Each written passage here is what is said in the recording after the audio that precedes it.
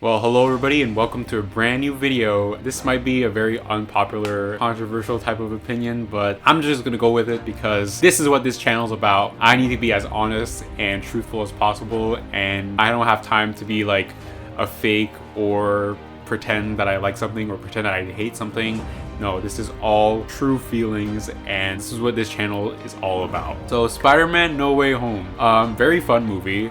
A good movie. The hype was so big. I mean, take a look at my freaking audio reaction that I got from the theater. Yeah!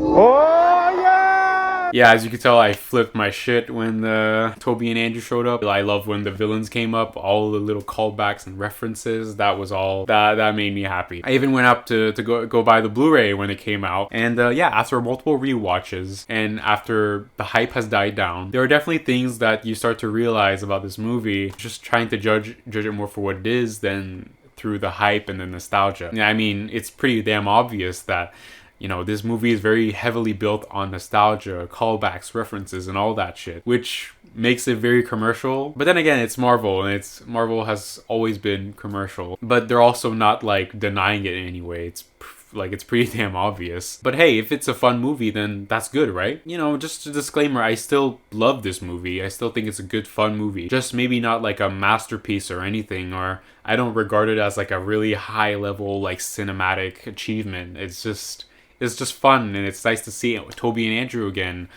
Seeing all the three Spider-Mans together, seeing all the villains again, like it just makes the kid in me happy again, and that's exactly what this movie did. So, like I said, this movie is heavily built on nostalgia and fan service, and it almost feel like upon multiple rewatches, it almost feels like the story is literally built just to have all those references and nostalgia in. Let's just without all the nostalgia and references, this would just be a very typical Tom Holland MCU Spider-Man movie. I think his movies are just okay. They're not like they don't hit as deep as the Toby movies or the Andrew movies. They're just fun teen comedy type movies with a superhero in it. They feel like Breakfast Club style, Ferris Bueller's Day Off style. And don't get me wrong, I love all that shit. I love when Toby and Andrew show up. I love all the villains. I especially loved when Andrew saved MJ. Like, come on.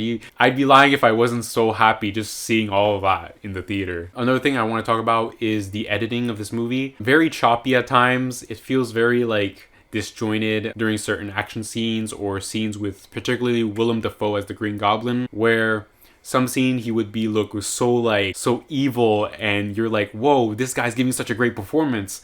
But then the camera just keeps cutting away from his reaction and show us something else happening around the room. They did the same thing in the ending, the last fight scene at the end with Tom Holland, where he's looking all evil. He's the Green Goblin. Like, it's intense, but the camera just keeps cutting away, showing Andrew and Toby and showing Tom Holland's reaction. It's just going back and forth, and it's just very messy. I would also say the same thing about the editing for some of the fight scenes. Once again, the last fight scene at the end, very choppy, very like cutting back and forth with every hit, maybe not as bad as like, those action movies with lots of shaky cam, but this doesn't have shaky cam. It's just lots of cuts, and it's very just, you don't get to see what's really going on, and you don't get to see the action. And I know they are doing these stunts for real because I've seen the behind the scenes, and it's impressive what they're doing, but they're not conveying that very well with the way it's edited, I feel. And another thing I want to talk about is Aunt May's death.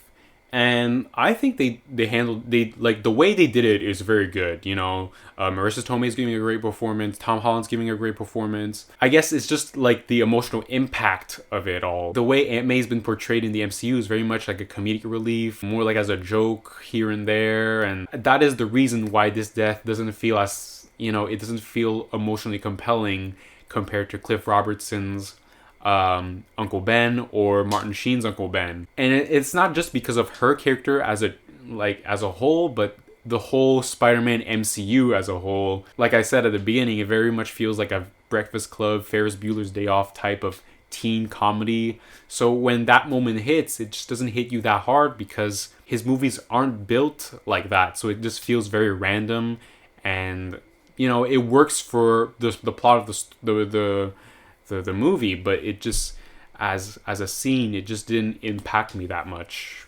if you get what I mean. And also, I noticed the overuse of CGI. And a lot of people will say, well, hey, if you don't notice the CGI, then it's okay, right? But there are plenty of times where I do notice the CGI in this. But again, this is a Marvel movie, and they're not shying away from CGI.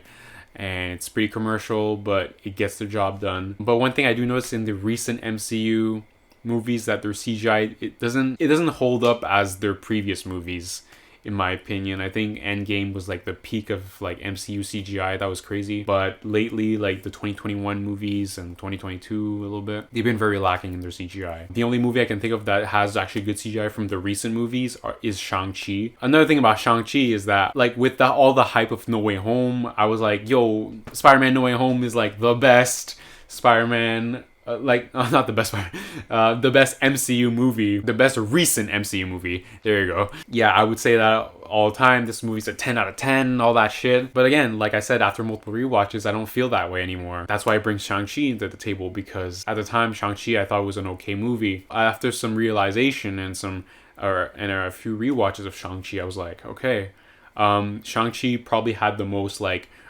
originality. It was more like a groundbreaking type of movie, more creative type of movie than No Way Home. But No Way Home was so big because of the nostalgia. Like I said, this movie is very much built on nostalgia, and I'm not like mad about it, but it's just the truth. And also, I don't know if you've already watched my Top Gun Maverick video, but I also mentioned how blockbuster movies these days, they're heavily relying on nostalgia, and Spider-Man No Way Home is one of them. But Spider-Man No Way Home is doing it in a way that's like more commercial. And Top Gun Maverick is like that one movie, I think, that's doing it like right.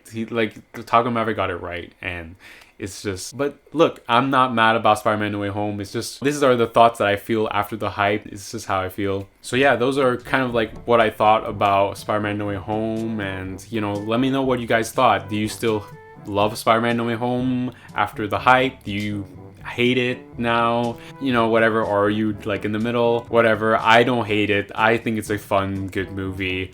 It's just not a masterpiece. It's not a 10 out of 10. Like right now, I'd probably give it an 8 or an 8.5. I'm not sure. Probably got to rewatch it more to make a final decision, but it's around the 8 out of 10. But let me know what you guys thought. Like, comment, share, subscribe, and I'll see you guys on the next one.